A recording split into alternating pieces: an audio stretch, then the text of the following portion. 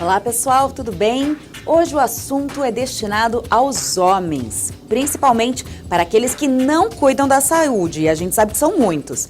Tal como as mulheres na menopausa, os homens também a partir de determinada idade apresentam queda de hormônios. Porém o processo, claro, é mais lento. Chamado de andropausa, esse distúrbio atinge cerca de 20 a 30% dos homens a partir dos 50 anos. Mas algumas pesquisas afirmam que 66% da população masculina brasileira desconhece esse distúrbio, visto que seus sintomas são parecidos com o do envelhecimento, dificultando então aí a sua percepção. E para tirar dúvidas está aqui o urologista Dr. Maurício Bruschini Rodrigues Neto. Seja muito bem-vindo, doutor, tudo bom? Obrigado pelo convite. Vamos tentar esclarecer as dúvidas dos homens, né? Exato. Então já vamos começar falando assim, o que é andropausa? Na verdade, a gente não deve chamar de andropausa. Andropausa seria se parasse totalmente a produção hormonal, que é o que acontece na mulher a partir dos 50 e poucos anos, quando ela para a produção de hormônio, para a ovulação. O homem, isso não é bem definido. Existe uma queda gradual na produção de hormônio, mas é uma queda muito pequena, principalmente a partir dos 50 anos. A cada década ele cai 10%, então se ele chegar nos 80, 90 vai cair um pouco mais. Mas isso não é uma coisa rígida que vai acontecer com todos os homens, apenas uma pequena porcentagem, entre 20% e 30% dos homens vão apresentar queda hormonal. Ao contrário das mulheres, que 100% das mulheres entrarão na menopausa neste período. Tem alguns homens que apresentam estes sintomas antes dos 50 anos? Sim, existem algumas doenças, por exemplo, pacientes que tiveram criptorquidia, o testículo não desceu, ou tiveram que fazer ectomia por tumor, ou algumas outras causas, eles vão ter o problema mais jovens, mas a grande maioria vai apresentar a partir dos 50 anos. E quais os primeiros sinais, assim, já que ele é parecido, né? Ele é próximo do envelhecimento, do ser humano, assim, do homem. Quais seriam esses primeiros sinais para a gente já ficar atento e não descartar logo de início? O que principalmente chama a atenção do homem é a queda da libido, né? O homem percebe que diminui o interesse pela parte sexual, diminui as ereções noturnas e matinais. Outra coisa é sudorese noturna, ele sua muito à noite quando deita. Fica mais irritado, o humor se altera muito, o humor fica muito lábil, se cansa mais fácil. Ele observa que perde um pouco de massa muscular, perde o tônus muscular. Isso são sinais indiretos que ele pode estar tendo uma queda hormonal, mas que também se confunde com o próprio envelhecimento. Então, porque esses sinais, eles acontecem todos esses sintomas ao mesmo tempo ou não? É gradativo, normalmente, né? Não são todos ao mesmo tempo e eles são bem pouco perceptíveis. Ele tem que prestar atenção nele mesmo para poder perceber o que está acontecendo com ele e pensar, isso pode estar acontecendo e conhecer o problema. Se ele não conhece, ele nunca vai pensar que é por causa disso. E pode acontecer de alguns homens terem determinados sintomas que outros não têm e estes outros terão, por exemplo, outros tipos de sintomas ou não? Os sintomas geralmente para quem vai, como é que se chama, evoluir nessa questão da andropausa, são os mesmos para todos? Então, os sintomas não são os mesmos para todos. Depende do grau de diminuição do hormônio. Se a queda for muito acentuada, provavelmente ele vai ter todos os sintomas. Se a queda hormonal for leve, ele vai ter sintomas, menor quantidade de sintomas e numa intensidade menor também. Na verdade, a gente não deve nem chamar de andropausa, vamos chamar de deficiência androgênica do envelhecimento masculino. É um nome comprido, mas é o que a sociedade regulamentou para a gente não ficar falando de andropausa que acabar ensinando errado as pessoas. E em homens que sofrem, no caso de obesidade ou de um metabolismo lento, isso ocorre com antecedência ou não? Sim, o que acontece é que por essa que a gente chama de síndrome metabólica, né, paciente hipertenso, diabético, com excesso de peso, acaba levando uma alteração do metabolismo como um todo. E os testículos respondem a isso diminuindo a produção de testosterona. Isso piora. Fora todos os sintomas dessas doenças, ele ainda vai ter o sintoma da baixa testosterona associado a isso e pode atrapalhar mais ainda a vida dele. Então a questão é que agrava essa condição. E daí pode ser mais precoce de socorrer, se a pessoa já tem essa obesidade mais, sei lá, pelo volta dos 30, 40 anos? Pode. Esses grandes obesos, né, que normalmente a gente acompanha, eles têm um déficit de testosterona bem mais precoce. Esse declínio hormonal, ele não tem cura? Por exemplo, tem a reposição, Sim. mas não fica 100%, ou tem como ficar 100%? Na verdade, não vai ser natural a reposição, mas a reposição que a gente consegue com cremes ou com injeções, ela vai conseguir reproduzir como se ele estivesse produzindo normalmente para os seus testículos. A gente consegue manter um nível estável de testosterona e ele vai se sentir bem e vai recuperar tudo que ele tinha perdido. Somente a testosterona que declina ou tem outros hormônios também que afetam? No homem, basicamente, a testosterona que a gente percebe com a idade. Os outros hormônios seriam relacionados com outras doenças. Por exemplo, pode ter problema da tireoide, vai cair a tireoide, hipotireoidismo. Diminui a produção de insulina, fica diabético. Isso mas são outras doenças não geralmente associadas com o envelhecimento. E essa reposição hormonal, ela é sempre indicada ou somente, por exemplo, uma mudança de vida, uma vida mais regrada, mais saudável, talvez um emagrecimento, ajude ou não? A reposição, ela é sempre necessária? Não é sempre necessária e é indicada em casos específicos, porque a gente primeiro, para tem que ter os sintomas, a gente vai fazer uma dosagem laboratorial dos hormônios, os hormônios têm que estar baixo, porque se não estiverem baixo, não adianta a gente repor, que os sintomas são provavelmente de outra causa, inclusive psicológica, pelo envelhecimento, por outros problemas de estresse, de outras coisas, podem levar a sintomas semelhantes.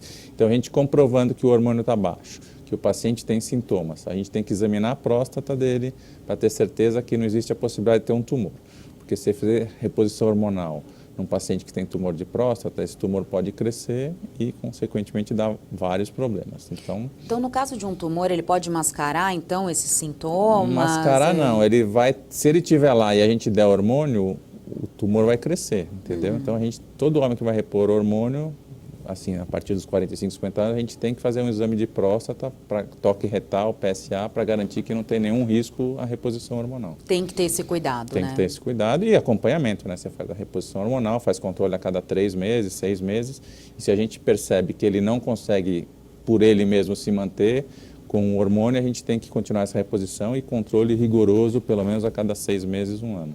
E doutor, como que o senhor assim, deve receber pacientes, claro, né, nessa faixa etária, com esse tipo de problema?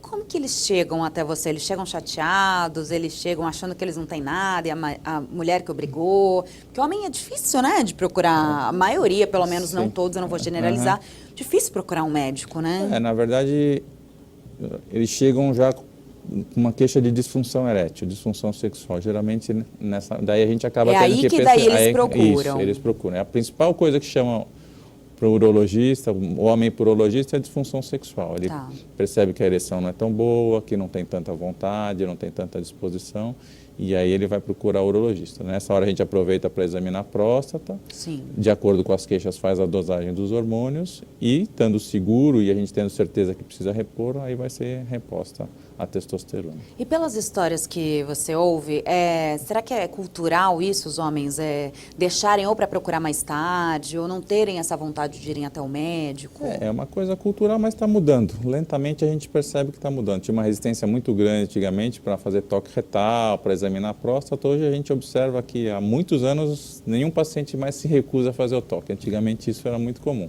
Eles sabem da importância do exame, estão conscientes, porque o importante das doenças é sempre pegar no começo. Quanto mais cedo a gente descobre, mais fácil é o tratamento. E me fala os benefícios desta reposição, já que não vai 100% ali, mas melhora o quê? O desempenho mental, se afeta os ossos, se melhora essa questão, claro, da testosterona, porque haverá uma reposição, se a questão até de saúde, de anemias, aonde que essa reposição pode melhorar a vida do paciente? Acho que ela ajuda o homem como um todo, né? Porque ela vai melhorar a anemia, se ele tiver anemia, melhora os ossos, melhora a musculatura, se ele estiver fazendo academia, ele vai melhorar. Tanto é que nas academias os jovens usam testosterona, o que é totalmente contraindicado, porque vai causar problemas no futuro, até de infertilidade, não poder ter filhos. Então, tudo tem que ser reposto a testosterona com o médico vendo se está tudo certo, se não está tendo nenhum problema.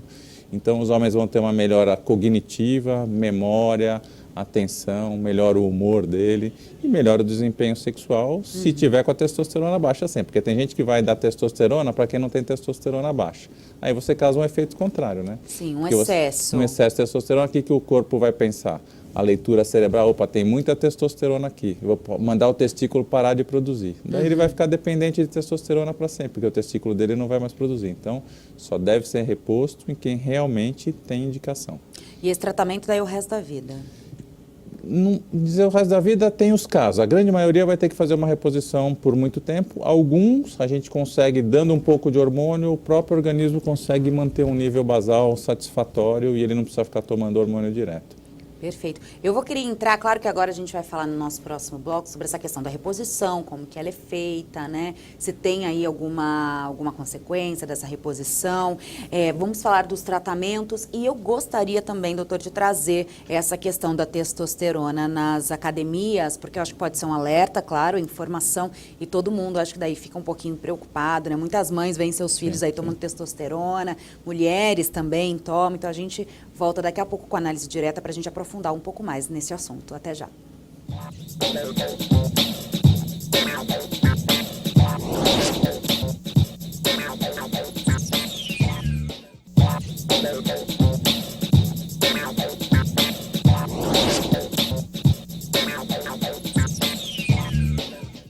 Olá, o programa Análise Direta já está de volta. Estamos falando aqui sobre o envelhecimento masculino. É aí um programa super especial, né? Um tema especial aí voltado para os homens, mas é claro que muitas mulheres querem saber. Afinal de contas, somos mães, né? Somos esposas, temos irmãos, então é bom todo mundo se inteirar deste assunto. Meu convidado de hoje é o Dr. Maurício Bruschini Rodrigues Neto. Doutor Maurício, nós falamos sobre essa questão, eu vou só puxar o gancho do nosso bloco passado, depois a gente evolui com essa questão da testosterona, não somente da testosterona, mas da, entre aspas, da andropausa, né? Na verdade, a gente está falando de deficiência androgênica do envelhecimento masculino. Doutor, sobre essa questão, a testosterona que é colocada em um corpo, seja masculino ou feminino, acho que a gente pode estender para os dois perfis, quando não se tem necessidade. Isso ocorre nas academias, né, em quem pratica muito esporte. Por que isso é tão procurado? Quais os benefícios que isso dá resultado na hora? Tem médicos que realmente indicam para um paciente de 23 anos, 24, 18, para usar testosterona? Como é que funciona esse mundo? Então, infelizmente, existem os médicos que prescrevem testosterona, porque é uma receita que é muito restrita. Tem que ter, para tomar injeção, você tem que ter uma receita com CPF, com indicação, porque senão você chega na farmácia e você não consegue comprar. Entendi. Então, tem médicos que dão, ou então tem um mercado paralelo, aí um mercado negro, onde eles conseguem. Porque a testosterona numa pessoa de 18, 20 anos não é necessária, é o auge da produção hormonal do homem, então ele não precisa de reposição hormonal. O que eles dizem é que teoricamente vai aumentar, vai ganhar músculos mais rapidamente, entendeu?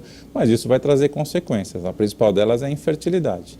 Quem usa muita testosterona tem uma grande chance de se tornar infértil, ou seja, não vai poder ter filhos. Mas porque cada vez mais, então, mandam aquela mensagem para o cérebro, vamos diminuir a testosterona, vamos diminuir, até que chega um momento que... não só a testosterona, como a produção de espermatozoides. E daí você pode bloquear de um tal jeito que ele não se recupera. Mesmo separando a testosterona, ele não volta a produzir numa quantidade suficiente. Você já pegou algum caso, assim, no seu consultório, de quem usava muito, depois teve que parar, foi te procurar para pedir ajuda? Felizmente ainda não, mas isso a gente vê descrito nos livros, na literatura, nos trabalhos, que é uma coisa que a gente vê com frequência. É muito incomum acontecer isso daí. Mas essa questão os músculos, eles realmente vêm? Realmente. Isso faz diferença, ganha mais musculatura mesmo, mas com as suas consequências. A libido também vai baixar, todas essas outras causas, sintomas que você mencionou também As outros ocorrem? sintomas, então, no paciente jovem é difícil você falar que não tem libido, né? Porque a libido é muito presente, né? No paciente jovem, está começando a vida sexual dele, então isso não diria que é um grande problema. Os outros sintomas, como eu disse, é mais a partir dos 50 anos, que é fadiga, irritabilidade e outras coisas. Isso não é uma coisa perceptível no jovem. Então, nos jovens a consequência é realmente eles vão aumentar um pouco o músculo, mas só que vai ter efeitos que ele não percebe, né? Porque ele não está tendo... Daí ele vai ver as consequências depois lá dos seus 50, dos seus 40 na idade anos. que ele vai tentar casar e tentar engravidar a esposa, ele vai ter problema. E por que as mulheres também procuram a reposição hormonal de testosterona? Exatamente por causa da musculatura. Sim. Na academia querem aumentar a musculatura, como elas não têm um hormônio que não... A mulher sempre tem testosterona, só que é uma quantidade muito menor do que no homem. Então, elas aumentando essa quantidade, elas vão conseguir aumentar o ganho muscular e acho que é um dos objetivos, né? Entendi. Então, os objetivos são os mesmos e as consequências para a mulher que tem um excesso de testosterona? Então, não é uma coisa tão perceptível quanto no homem, não mexe tanto com a fertilidade, nem com isso daí. Às vezes, o que acontece, a testosterona é usada na menopausa para melhorar um pouco a libido, né? Porque cai a libido da mulher, ela é usada uma pequena quantidade como estímulo para a libido da mulher. Entendi. Bom, vamos falar então um pouquinho como é feita essa reposição, né? Eu só queria realmente chamar a atenção a essa questão da testosterona enquanto você é jovem que não precisa. Como é feita essa reposição? Somente por medicações, por injeções, através de cremes? Quais são as possibilidades? Então, os melhores efeitos a gente consegue com o testosterona injetável e a testosterona gel, que é aplicada em partes do corpo, no ombro, na barriga, nos braços. Tem que aplicar todo dia, normalmente aplica de manhã, deixa um gel, você espalha o gel, espera uns minutos ele secar e veste sua roupa normal. A outra forma é a injeção. Tem dois tipos de injeção.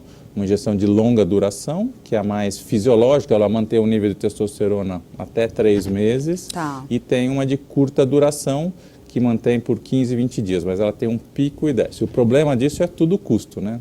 Tá. A de curta duração é 1/3 do preço da de longa duração.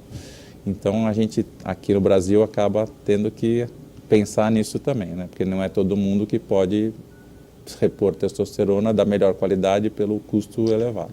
Por cima, assim, doutor, não precisa me dar números concretos, assim. Quanto mais ou menos sai uma reposição dessa de longa duração da injeção que dura aí 3 meses? Deve sair uns R$200 por mês. R$200 por mês. O gel também nessa faixa de 180 a R$200 por mês, a outra deve sair R$50, R$60 por mês. Mas aí essa que é de curta duração e que tem essa questão de 15 dias, tem que tomar 2 daí por mês? 2 por mês. Entendi. Ela não é tão fisiológica, porque ela tem um pico e desce rapidamente, daí você tem que aplicar de novo. E enquanto a outra, que tem uma liberação programada, ela sobe naquele nível de testosterona necessário e mantém. Quando estiver perto dos próximos 3 meses, ele vai tomar uma outra injeção e vai manter esse nível. Entendi. E por boca, que tem gente que usa comprimido, não tem uma boa absorção. No metabolismo do fígado, ele perde praticamente todo o efeito. Então, a reposição por boca para testosterona não funciona muito bem. O principal. Que seria um custo bem mais acessível, com certeza. Entendi. E existem implantes de testosterona? Sim, existem implantes que você aplica normalmente subcutâneo, no braço, na região do braço, que eles podem durar até 1 ano. Ele é lentamente liberado, fisiologicamente, pode durar até 1 ano. Aqui no Brasil a gente não usa muito pelo custo elevado e os médicos não têm acostumados com isso, mas no exterior, em outros países, a gente costuma ver trabalhos que têm bom resultado. Nesse caso do gel, você disse que o homem ele passa, né, Passa nos, o gel todo nos dia braços, de manhã. todo dia de manhã. E na questão do contato com outra mulher, ou com uma criança, Então, ou com um animal, isso gera algum tem problema? Por isso que é importante, ele passou o gel, ele espera secar bem, veste sua roupa, lava bem a mão e não pode ter contato com ninguém enquanto não tiver lavado a mão. O contato no corpo, depois que secou, não tem problema, mas o contato enquanto está úmido ou quando ele está com a mão ainda com gel deve ser evitado. Então secou, no caso o homem pode segurar sua filha pequenininha, pode dar um abraço na sua esposa, na sua mãe, tá bom. Vamos lá, pessoal. E uma vida mais regrada, mais saudável, isso também vai fazer a diferença? Claro, com toda essa reposição hormonal, alguns hábitos tem que mudar no dia a dia do na verdade, homem? acho que para todo mundo, né? É importante. Sim. Um pouco de atividade física, pelo menos 3 vezes por semana. Uma alimentação saudável, né? Sem excesso de proteínas, não pode pôr muito sal na comida, não pode comer comida gordurosa, isso faz bem para todo mundo. Mas os pacientes que têm síndrome metabólica, por exemplo, são obesos, quando eles perdem peso ou fazem uma cirurgia bariátrica e perdem peso, a gente vê que recupera a testosterona e às vezes não precisa nem do remédio. Quando faz então a cirurgia bariátrica, Pode você está melhorar. com testosterona baixa, uma síndrome metabólica, até com diabetes e hipertensão, normalmente esses pacientes melhoram de tudo. Até quando você trata, no caso, a diabetes? Sim. Às Entendi. vezes diminui, por exemplo, ele tomava 3, 4 remédios, ele passa a tomar um só, entendeu? Ele tem essa essa melhora importante. Perfeito. E agora o que eu quero saber, como que fica, doutor, o psicológico masculino com tudo isso, assim, eles sofrem muito quando eles vão te procurar ou não? Assim, quando eles vão procurar é porque já está com problemas em casa, ou eles estão, a maioria deles nem é a esposa que reclama, eles que se cobram, né? Que eles tinham um desempenho com aquela idade, esse desempenho lentamente vai piorando e eles ficam se cobrando e vão no médico para ver se é realmente uma questão hormonal ou se também, isso também um pouco sempre faz parte do envelhecimento e também o estresse do trabalho, o dia a dia. Então, a gente fazendo os exames, descartando que tem algum problema hormonal, aí a gente vai ter que partir para o lado psicológico. Se for uma disfunção erétil, sexual importante, a gente pode orientar ele a procurar um tratamento psicológico ou psiquiátrico para tentar entender o que está acontecendo, se tem alguma coisa por trás disso daí. Ou se tem uma vida estressante, tentar reduzir o estresse e melhorar os hábitos de sono, alimentares, exercício físico, que isso pode ajudar. Já aconteceu de algum paciente te procurar, doutor, e realmente com algum desses sintomas, e através dos exames ver que está tudo certinho, que a questão era psicológica? Isso é muito frequente. Eu diria que a maioria das vezes não tem alteração hormonal. A maioria das vezes tem uma parte psicológica, uma cobrança excessiva em relação ao seu desempenho. Isso acaba gerando um problema que quanto mais você se cobra, mais difícil vai ser de resolver o problema. Tem que ter ajuda. E me diz uma coisa, os homens, eles vão acompanhados das mulheres do lado ou não? É um momento que eles querem mais privacidade, uma coisa mais individual? A maioria vai sozinho, mas alguns vão com a esposa e daí quando elas vão, são elas que falam. Claro, geralmente né? elas Parece que tomam a liderança. Quando estamos do lado de um homem, a gente não deixa ele falar, a gente responde por eles, né? E os que a gente vê que estão com um pouco de dificuldade, eu peço para levar a esposa, ou a parceira, ou a namorada, porque isso ajuda. Porque os dois entendendo é mais fácil de resolver o problema. Sim, perfeito. Então, legal que o senhor falou que vale a pena fazer uma terapia para quem aí, né, precisa se conscientizar um pouco mais, entender um pouco mais sobre isso. E hoje em dia tem muita informação em relação a essa deficiência hormonal?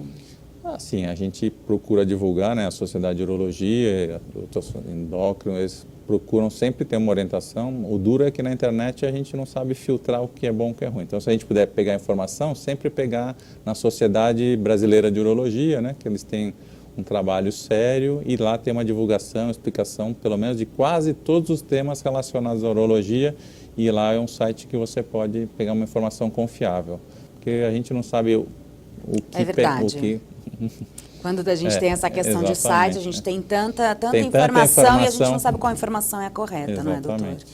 Algum caso precisa de uma cirurgia, alguma intervenção cirúrgica nessa questão dessa deficiência hormonal ou não? Deficiência hormonal, assim, só se, por exemplo, é caso raro que tem problema na hipófise, né? E daí por causa disso tem um bloqueio e aí pode ser que precise. Mas fora isso é um caso mais endocrinológico, são coisas muito raras. A maioria não tem cirurgia para ser feita. Perfeito. Bom, vou fazer mais um breve intervalo, daqui a pouco a gente volta aqui com a análise direta, ao lado aqui do Dr. Maurício. E para você que curte aí o nosso programa, quer mandar uma mensagem, mandar um recadinho, mandar sua pergunta, manda para o nosso WhatsApp aqui do programa Análise Direta, é o 011 São Paulo, 992247760. Para você que está em outros países, é só colocar o 05511, lembrando que é São Paulo, 992247760. A gente já volta.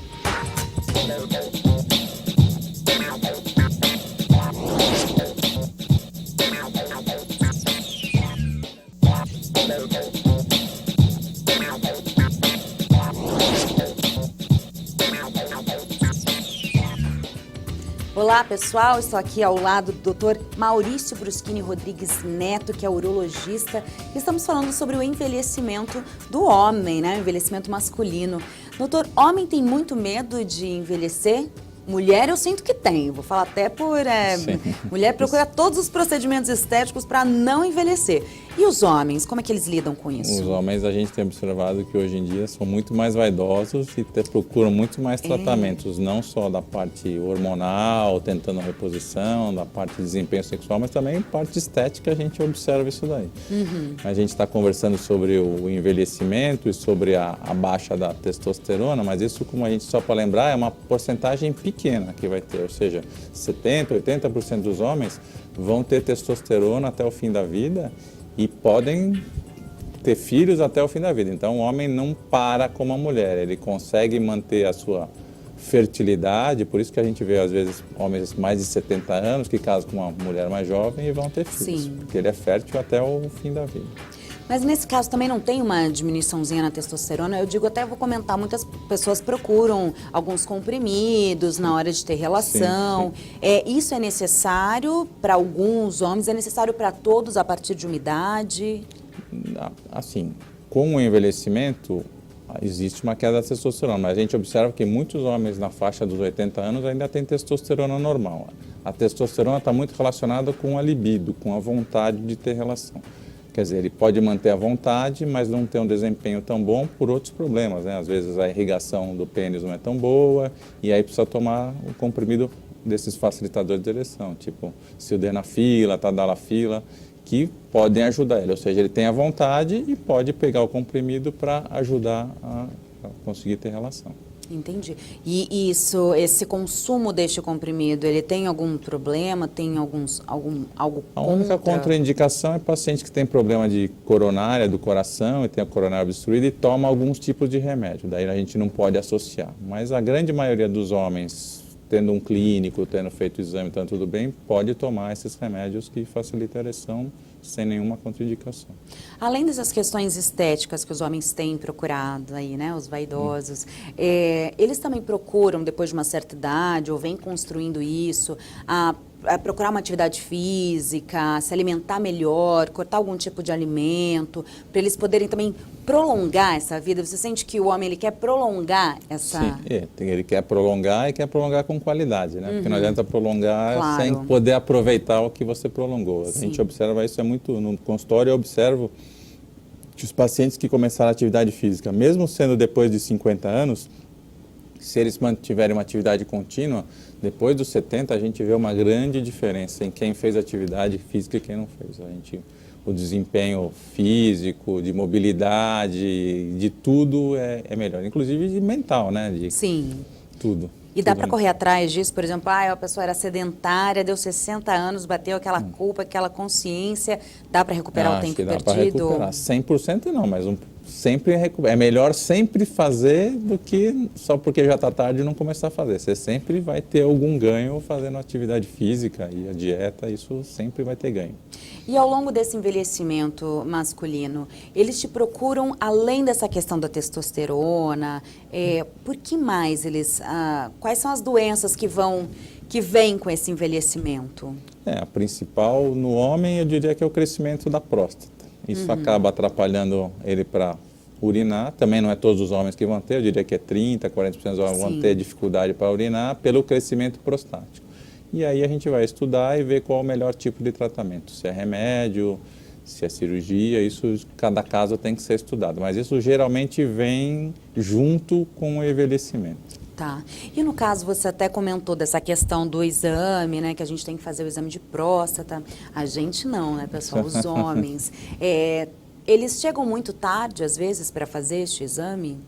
Hoje em dia, com a mídia, né, essa informação em massa, todo mundo sabe que a partir dos 50 anos tem que começar a fazer exame de próstata. Alguns precisam de um empurrãozinho da mulher e tal, mas a gente tem observado que isso tem mudado. Ultimamente, eu até recebo paciente até muito jovem, a partir dos 40 querendo examinar, e esses mais jovens só precisam examinar se tiver algum parente direto com câncer de próstata. Senão, com 50 anos é uma boa idade para começar a examinar a próstata no homem. Quais os primeiros sintomas, assim, no caso? Então, o exame, na verdade, a gente recomenda por causa do câncer de próstata, que quanto mais cedo a gente pega, mais fácil é o tratamento. Infelizmente, não tem nenhum sintoma. Os sintomas são referentes ao crescimento benigno, que é a dificuldade para urinar. Mas a próstata, o câncer de próstata, não vai dar nenhum sintoma. Por isso que é importante fazer o exame. Como a mulher vai no ginecologista para ver a mama, para fazer o Papa Nicolau, o homem tem que ir no urologista para fazer o exame da próstata, como se fosse um rastreamento, para procurar e tentar achar esse tumor e tratar quanto mais cedo, melhor. Entendi. Doutor, e casos assim de quando a pessoa envelhece, quais são as cirurgias mais comuns que elas acabam tendo que passar? Então, atualmente a gente vive uma quantidade muito grande de diagnóstico de câncer de próstata. E às vezes é difícil de saber quais vão ser os agressivos e quais são os bonzinhos, né? Não existe bonzinho. Tem essa dificuldade, tem uma graduação. assim, essa... De acordo com o tipo de tumor, como a gente vê na lâmina, o tumoral, aquele ali é mais agressivo, aquele é menos agressivo. Ou seja, os agressivos, a gente vai ter que operar a próstata ou fazer uma radioterapia. Os menos agressivos, a gente pode acompanhar. Então, a gente tem que tentar diferenciar bem através dos exames, porque senão a gente operar um paciente que câncer é pouco agressivo, a gente pode causar problemas para ele e de piora de qualidade de vida. Ele pode ficar incontinente, pode ficar impotente. A gente está fazendo um tratamento que talvez não fosse necessário. Isso pode prejudicar a qualidade de vida dele. E até quando dá para esperar se esses bonzinhos vão continuar bonzinhos? Hoje em dia a gente tem protocolos bem definidos de acompanhamento. Então, um tumor de próstata de baixo grau, a gente faz um acompanhamento com toque retal, PSA, a cada 3 meses, 6 meses, enquanto tiver... O que é PSA? PSA é uma proteína dosada no sangue que é produzido exclusivamente pela próstata e quando ele aumenta pode significar que ele tem um câncer de próstata. Então, o paciente que não tem o câncer, a gente está procurando câncer, a gente faz o toque retal e o PSA. Se os dois estiverem normais, a gente fica tranquilo. Se o toque retal está alterado ou o PSA, o exame de sangue estiver alterado, a gente tem que procurar. Normalmente a gente indica uma biópsia da próstata para ver se tem tumor, vai tratar de acordo com a graduação. Se não tem tumor, a gente fica tranquilo. Mais tranquilo. Nesse caso desses exames, depois então desse certo tempo, mesmo que não tenha dado nada, tem que fazer pelo menos assim, de 6 em 6 meses. Eu sei que a mulher acaba indo ou de 6 em 6 meses ou de 1 em 1 ano, de acordo com os resultados, né? O homem tem que ter pelo menos aquele acompanhamento de a cada 1 ano, pelo menos. O homem com hiperplasia prostática, que é o crescimento benigno, deve ir no urologista 1 vez por ano. O que tem câncer depende de cada caso. Pode ser que seja a cada 3 meses, pode ser a cada 6 meses, e depois que ele foi tratado e a gente está seguro que o tumor não voltou, ele vai voltar a fazer exame 1 vez por ano. Quais são os maiores riscos, assim, nessa questão dentro do envelhecimento? Que os homens menos fazem para se proteger, doutor? Na verdade, hoje em dia, eu acho que eles melhoraram bastante. Procurando... Você está só defendendo os homens hoje. Defendendo os homens, né? Mas, assim, o que é difícil aqui no Brasil, às vezes, é o acesso, entendeu? Entendi. Ele tem a informação, mas não consegue agendar um médico pelo SUS, ele demora... E às vezes tem alguns que até desistem, entendeu? Mas quem tem condições normalmente consegue procurar e se tratar bem e fazer um bom acompanhamento. Tem diferença no atendimento, ao seu ver, né? Da questão do público masculino ou feminino nessas unidades de saúde pública? As mulheres têm mais espaço, a gente vê muito, né, na questão, tem muitos hospitais voltados somente para mulheres, isso. Falta um pouquinho disso para os homens da rede pública? Eu acho que falta. As mulheres, além das mulheres procurarem mais, acho que por isso que elas geraram uma demanda maior e ganharam mais hospitais. Então, agora o homem tem que ir atrás e começar a procurar, que isso vai gerar uma demanda e o hospital público vai ter que abrir hospitais do homem também, como tem vários hospitais da mulher. Seria ótimo, até para eles se sentirem até melhor. O homem tem muito medo de passar por uma mulher, porque eu conheço algumas urologistas mulheres, né? Não é comum, mas nós vemos também. Ele realmente procura um profissional do sexo masculino? Na verdade, eu acho que a maioria procura, mas está aumentando o número de urologistas mulheres. Agora acho que já uma porcentagem muito pequena. Cada ano que a gente vai nos congressos tem mais mulheres urologistas, ou seja, os homens estão aceitando passar com uma mulher, que eu acho que como tem um ginecologista homem e mulher, vai ter urologista homem e mulher, isso acho que é indiferente, a qualidade do tratamento é a mesma. É a mesma, né? Tem que ter realmente a seriedade do profissional e não, né, o gênero não tem que ser avaliado. Doutor, em média, falando então um pouco dessa questão das cirurgias, o senhor é cirurgião também. Por mês ou por ano, quantos casos de operação você tem aí nas suas mãos? Então, câncer de próstata, que acho que atualmente é mais frequente, a gente, se for ver as estatísticas, hoje em dia a gente já tem centros onde concentram as cirurgias, entendeu? Que está procurando imitar os outros países, porque quando você concentra as cirurgias num grupo único, a qualidade dos resultados é melhor, entendeu? Então você tem melhor resultado de potência, de continência e os resultados pós-operatórios são melhores. Então isso aqui no Brasil está começando a acontecer, acho que ainda estamos longe, mas nós vamos chegar lá. E acho que a cirurgia mais realizada atualmente de próstata é por causa do câncer, porque o crescimento benigno, a gente agora com os novos medicamentos acaba adiando o tratamento. Então, ele toma o remédio, ele fica bom, melhora os sintomas, ele acaba atrasando um pouquinho esse tratamento, então diminuiu muito a indicação de cirurgia para o crescimento benigno da próstata. Me explica um pouquinho como que funciona, então, são hospitais somente para cirurgia, isso? Então, a gente tem os hospitais, todos os hospitais grandes, né, de São Paulo, estão criando centros de oncologia. E nesses centros de oncologia você acaba direcionando, ali. Faz tudo ali. Tem que fazer radioterapia, já faz ali, tem que fazer a quimioterapia ali, tem que fazer a cirurgia, faz ali. E em São Paulo tem aquele CESP, né, que é um centro grande de oncologia, e lá tem um centro de tratamento de tumores no homem. Então, lá faz muita cirurgia de câncer de próstata. Perfeito, doutor. Agora, aquele alerta que você tem que dar para todos os nossos telespectadores, para eles não chegarem muito tarde aí no seu consultório, ou para eles também se cuidarem desde o princípio, qual que seria? O que mais você tem que falar aí para os seus pacientes? Todo homem a partir dos 50 anos deve procurar o seu urologista e fazer seu exame de próstata. Se ele tem algum parente direto, tio, irmão, pai que teve câncer de próstata, começa com 45 anos. E se tiver sintoma, com qualquer idade, dificuldade para urinar com 30 anos acontece, tem que ir no urologista, não tem que esperar piorar os sintomas. Sintoma, você tem que ir em qualquer idade. Se não tem nenhum sintoma, 45 quando tem parentes com câncer de próstata, 50 anos o homem normal. E dá para ter esses sintomas, no caso, até dessa questão da uretra, da bexiga, tudo sim.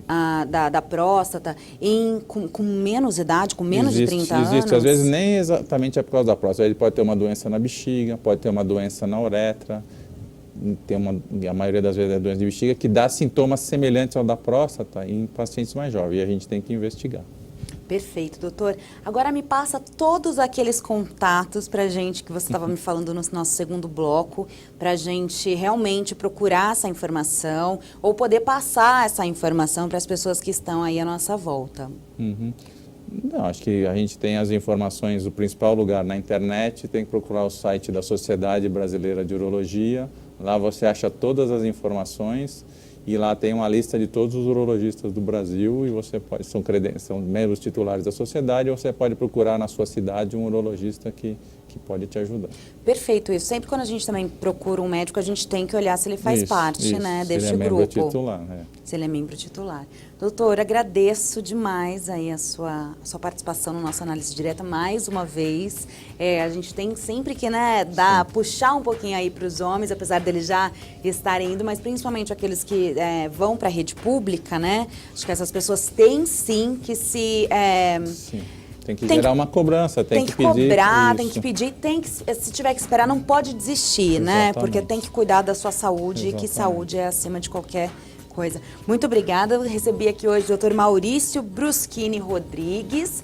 Ele é urologista, já esteve aqui no nosso programa Análise Direta, já conversamos, batemos muito papo. Com certeza ele voltará outras vezes. Então, se você tem aí alguma dúvida, se tem algum tema que não foi falado aqui, você pode escrever pra gente. Você pode escrever mandando sua mensagem, ou comentário também, elogios, né?